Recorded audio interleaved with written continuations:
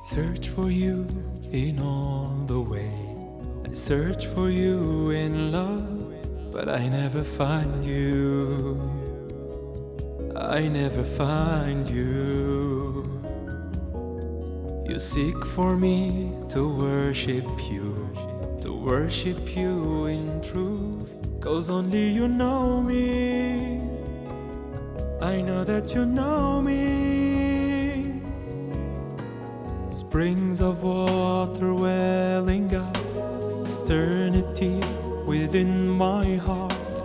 Now I know I'm yours and you are mine. No longer seeking for my love, your healing brought me back to life. I freely come to say, here am I, here am I, oh Lord, here am I, oh Lord, here am I, oh Lord, here am I.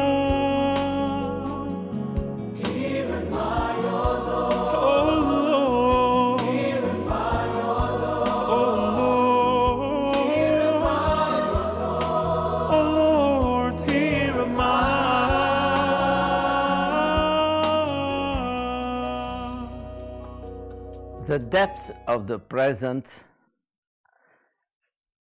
the presence as an experience. I would start with the book of John Dewey, Education as Experience. John Dewey, the famous American theorist on education, he has stressed the utmost importance of experience in education. And he says the following: only living experience shapes and determines a child's development. Living experience.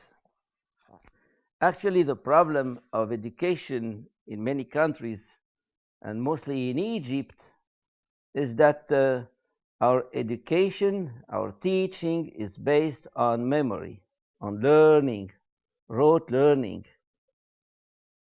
So, recording experience of others, recording past experiences, recording lessons and books and theories. To what extent our education is based on experience, living experience. And he goes on saying, children have not worked out for themselves. All experience is nothing, pure zero. It does not leave any mark on them and slides off them like water off a duck's back. At the end, the child has an empty mind. He has forgotten everything. After the exams is over, he's finished. He has forgotten everything. And John Dewey says, each of us must think back and ask ourselves, what has become of all the knowledge that we accumulated during our years at college? What did you learn during your years at school? Why are we obliged to relearn everything afterwards? Because this teaching was not based on an immediate and actual experience of reality, but on notions aimed at preparing for experience to come. So, the failure of school in many countries, in many places, is that schools prepare for future experiences instead of being itself an occasion of making an experience. A child in school should be taken at the zoo to visit the animals, to see animals, living animals, not in books. to experience what is a train, to see a train passing on, to see the sea, to touch, to visit places, to see a forest, to touch leaves, to caress animals, to see what is water, to otherwise it's all theory. And what is theory is just forgotten. And he says, it is at the moment when one has an experience that one derives from it all that is possible to retain. At the moment itself, if by contrast we sacrifice the present for the future, as happens in traditional schools, we ruin everything, and this supposed preparation for the future is a sheer waste of time.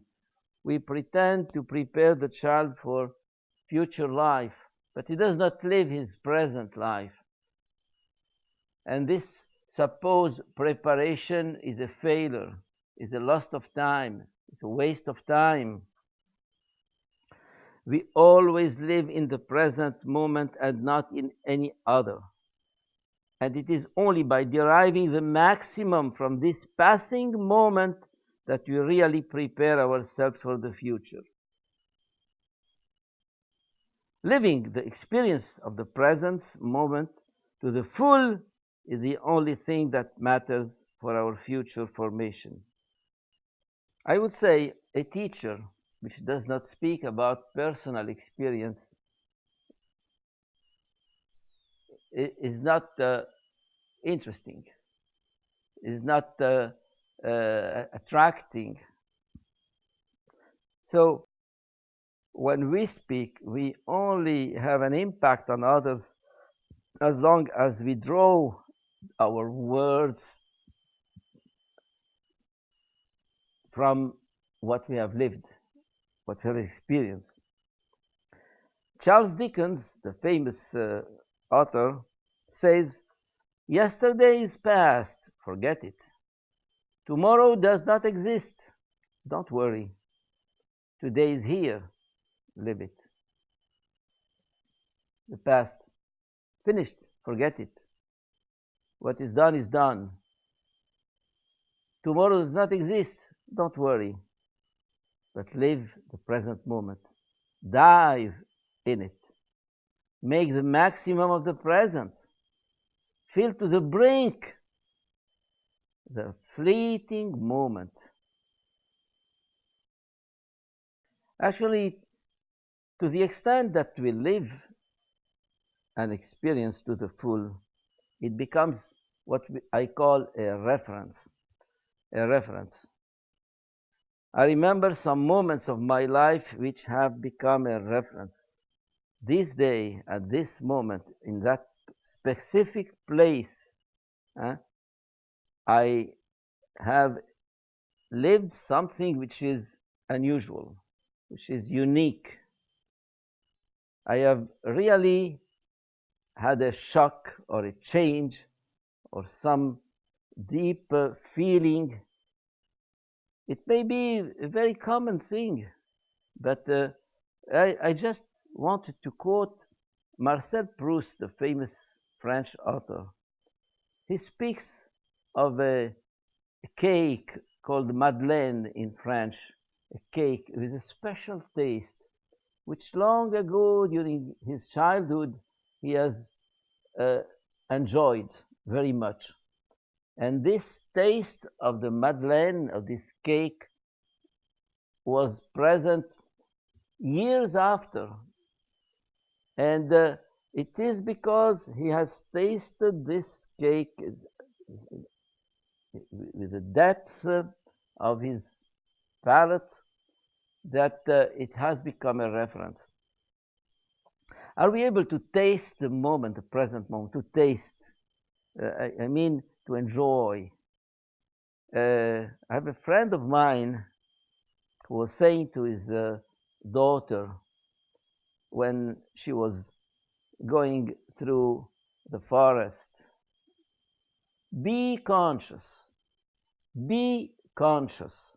I mean, you see a tree, you see a flower, you see the sky, you see a river, you see a butterfly. Are you just looking at these things superficially? Or are you conscious? Be conscious. I like this expression, be conscious. To become conscious is to concentrate. A butterfly, oh, a butterfly, how it is. Oh, this flower. It's not flower in general. It's not. No, it's this particular flower. Or a face, the face of a child, the face of a man, the face of an animal. Face. Look at the face. Sometimes we see faces like that. People. We say people. There are no people. It is Jack and John and Peter and Samir and Nabil and it's there are no people in general. There are with the proper name, his proper name. And to the extent that I am able to dive in the eyes of the other, of what he says, to be attentive, to pay attention.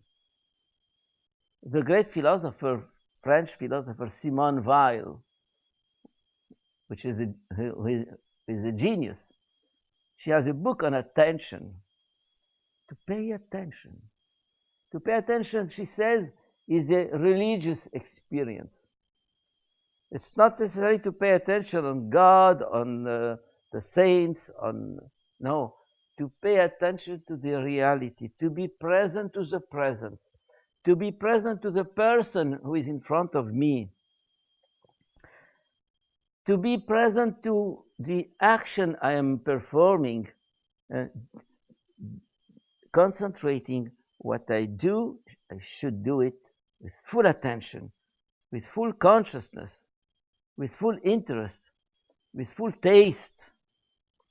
And this is what the child is doing. And this is why the child is remembering all these experiences, because he has been able to live in them, to live them. And to the extent that I am able to live the fullness of each experience, this experience becomes a turning point in history. It may be presumptuous to claim that this present moment is a turning point in history, yes. To the extent that I hit the point, I concentrate in the present moment, it becomes a turning point, a change in not my own history, it can be in world history also. Each moment is a moment of grace. Grace. Grace is the life of God. God is not in the sky, up in the sky.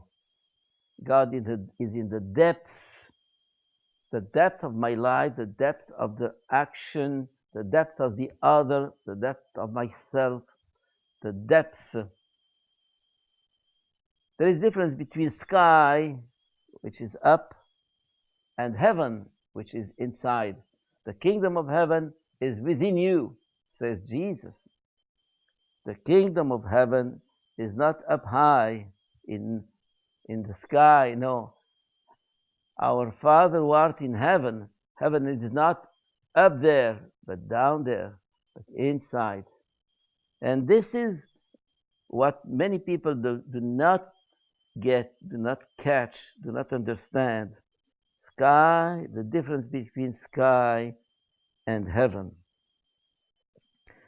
So we have to resist to the flow and the flux which is putting us away from the present moment.